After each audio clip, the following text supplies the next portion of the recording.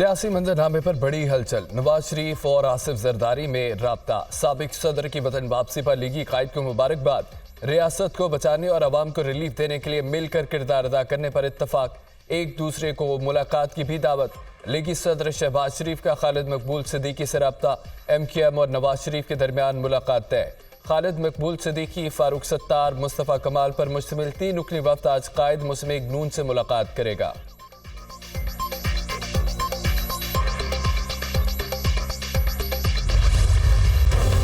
नवाज शरीफ ने पार्टी की भागदौड़ अपने हाथ में ले ली। लीगी कायद की 4 साल बाद पार्टी के मरकजी दफ्तर मॉडल टाउन आमद। सीनियर क़यादत से मुलाकातें। नवाज शरीफ की आम इंतखाबात का माहौल बनाने से मुतालिक पार्टी रहनुमाओं से मुशावरत।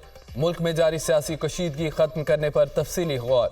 आप खित्ते के सीनियर तरीन रहनुमा है, मुल्क और सियासत को आपकी ज़रूरत है। लीगी रहनुमाओं की नवाज शरीफ से गुफ्तगू। तहरीक इंसाफ समेत हर सियासी जमात को इंतखाबी अमल और सियासी बातचीत में शामिल रखने का फैसला।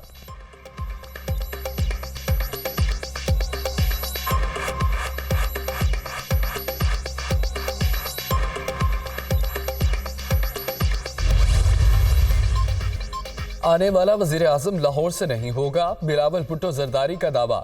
हर शहरी वज़ीर आज़म का उम्मीदवार तो बन सकता है, आखिरी फैसला अवाम करेंगे। पीपल्स पार्टी अपने बलबूते अपने मंशूर पर इलेक्शन लड़ेगी। हम इलेक्शन में किसी और तरह देखने के बजाय अवाम पर एतमाद करते हैं। 8 फरवरी को वही जीतेगा जिसके पास तीर का निशान होगा। मुखालफीन इकट्ठा होकर भी पीपल्स पार्टी को नहीं हरा सकते। महंगाई, बेरोजगारी, अवाम के मसाइल हल करेंगे। हसास तंजीबात पर हमला करने वालों को मुआफ़ी नहीं होगी। आसिफ जरदारी का नवाज शरीफ से राब्ता उनकी वतन वापसी पर हुआ था। पीपल्स पार्टी चेयरमैन बिलावल भुट्टो की मीडिया से गुफ्तगू।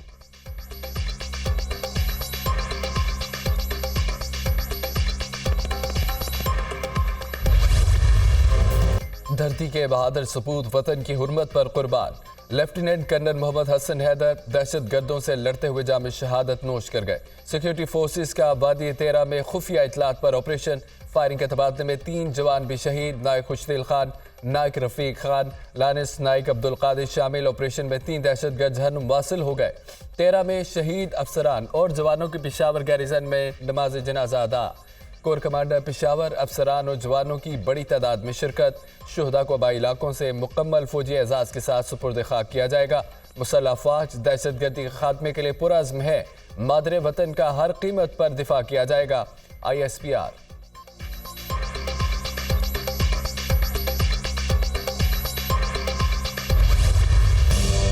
निहत्ते फ़लस्तीनियों पर इसराइली बमबारी को एक माह बीत गया। गजा में हर दिन हालात बद से बदतर। सहूनी फोर्सेस के एक रात में 2500 हमले, मजीद 280 फ़लस्तीनी शहीद। इसराइली बमबारी में शहीद फ़लस्तीनियों की तादाद 10,000 से बढ़ गई। शुहदा में 4,880 बच्चे, 2,550 खवातीन शामिल। 32,000 से ज़ायद जख्मी, 15 लाख से ज़ायद शहरी बेघर हो चुके। अलमगाजी पनागज़ीन कैंप पर बड़ा हमला, निहत्ते लोग निशाना। गजा में तीसरी मरतबा मवासलात और इंटरनेट सर्विस मुअत्तल।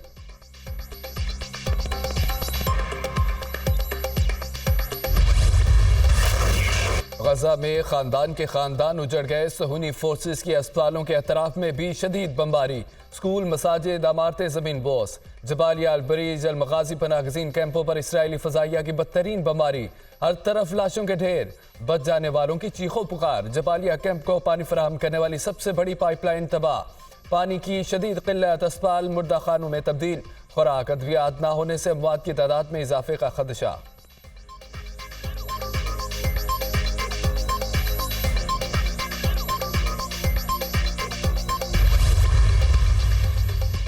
इसराइल ने हमास से लड़ने के लिए किराए के फौजी भर्ती कर लिए। प्राइवेट फौजी फ्रांस से भर्ती किए गए। किराए के फौजियों को माहाना $12,000 दिए जाएंगे। और हिस्पानिया अखबार ने दावा किया है कि प्राइवेट फौजियों की भर्ती का मकसद इसराइली फौज को गजा में बराह रास्त तसादुम से बचाना है।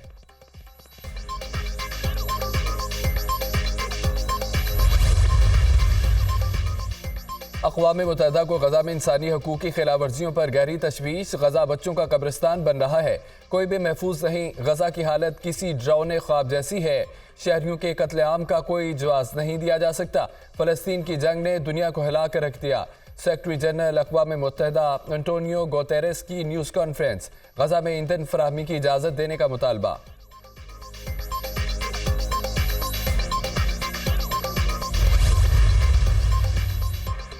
ताकत के नशे में चोर इसराइल आपे से बाहर। सहूनी फोर्सेस की जनूबी लेबनान में मुकामी सहाफ़ी की गाड़ी पर बमबारी, 3 बच्चियां और 1 खातून शहीद, मुतअद्दिद अफराद जख्मी हो गए। 2 कारों में एक ही खानदान के अफराद सवार थे। अरब मीडिया की तस्दीक, इसराइल को हमले की कीमत अदा करनी पड़ेगी, हिज़्बुल्लाह का रद्द-ए-अमल।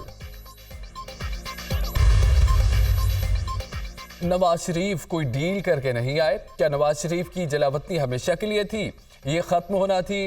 डील की बातें महज इल्जामात हैं। सियासी क़यादत के लिए जलावतनी कोई नई बात नहीं होती। 2018 में हमारे हाथ पांव बंधे गए थे। अब इंतखाबात की तारीख का ऐलान हो चुका। सबको इलेक्शन में हिस्सा लेना चाहिए। हम भरपूर अंदाज से इलेक्शन लड़ेंगे, सबका मैदान में मुकाबला करेंगे। नू लीग ईरान मौका सादफी की मीडिया टॉक। नू लीग वाहिद जमात है जिसने अपना इलेक्शन सेल बनाया। नवाज शरीफ का 21 अक्टूबर को बेमिसाल इस्तकबाल किया गया। मरियम और अगजेब की गुफ्तगू।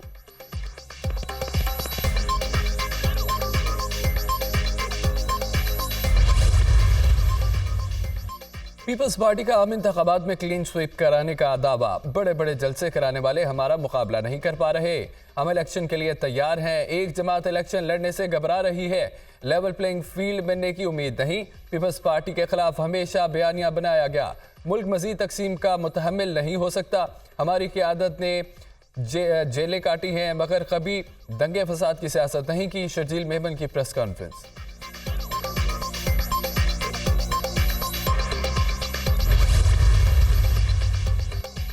IMF की तमाम शराइत पूरी। पावर सेक्टर मिशन को ब्रीफिंग के लिए तैयार। IMF और पावर सेक्टर के हुकाम के दरमियान मुलाकात है। बिजली घरों की तामीर पर उठने वाले अखराजात भी सार्फिन पर मुंतकिल हो चुके।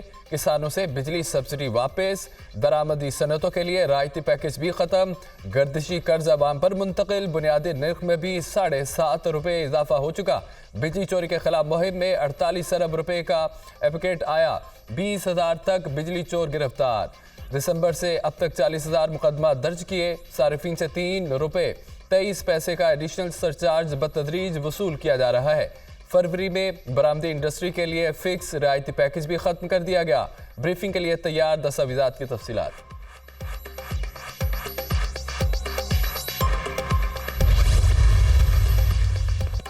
डॉलर का पलटकर वार। रुपया मजीद कमजोर। इंटरबैंक में डॉलर 98 पैसे महंगा। 285 रुपये 29 पैसे का हो गया। ओपन मार्केट में भी डॉलर की कदर में 1 रुपये का इजाफा।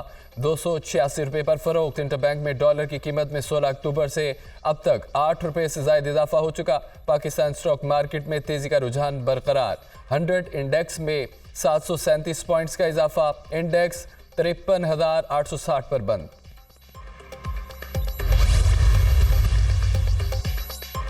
सोने की कीमतों में उतार चढ़ाव का सिलसिला जारी। मुकामी मार्केट में सोने की फी तोला कीमत में 400 रुपये की कमी।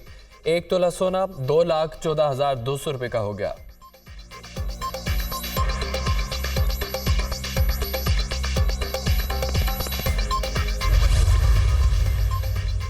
एहतजाज और तोड़ फोड़ के मुकदमा। चेयरमैन PTI की जमानत की 3 दरख्वास्तों पर समाअत बगैर कार्रवाई। 14 नवंबर तक मुलतवी। प्रोसिक्यूटर छुट्टी के बायस अदालत पेश न हो सके। इंसदाद दहशतगर्दी अदालत के जज अबुल हसनात जुल्करनैन ने समाअत की।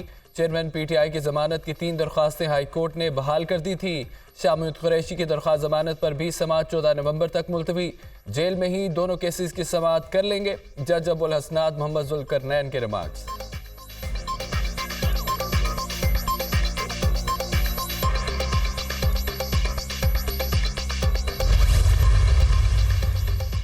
फवाद चौधरी ने एंटी करप्शन पंजाब के खिलाफ दरख्वास्त दायर कर दी। दरख्वास्त लाहौर हाईकोर्ट रावलपिंडी बेंच में दायर की गई।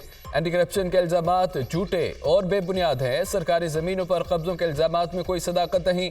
जमीनें प्राइवेट लोगों से खरीदी गईं जिनके बयान हल्फी मौजूद हैं। सियासी बुनियादों पर फवाद चौधरी को टारगेट किया जा रहा है। दरख्वास्त में मौकफ। दरख्वास्त में पंजाब हुकूमत और DG एंटी करप्शन को फरीक बनाया गया।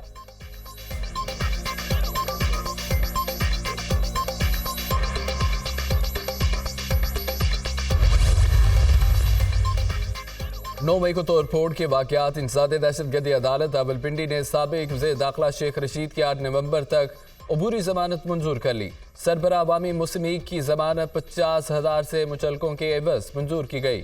शेख रशीद के खिलाफ रावलपिंडी के थाना वारिस में मुकदमा दर्ज किया गया था।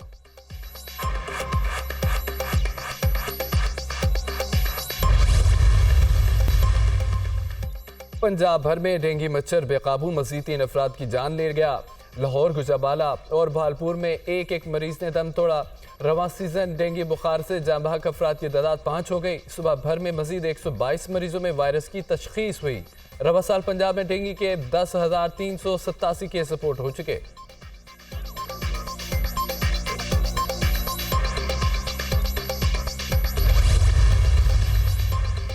कांगो वायरस ने खतरे की घंटी बजा दी। कोयटा में एक और मरीज दम तोड़ गया। 37 साल शख्स गुज़िश्ता रोज जना अस्पताल लाया गया। मरीज के खून के तमाम टेस्ट मुस्बत आए। कोयटा में रवा बरस कांगो से जाँ बहक अफराद की तादाद 18 हो गई।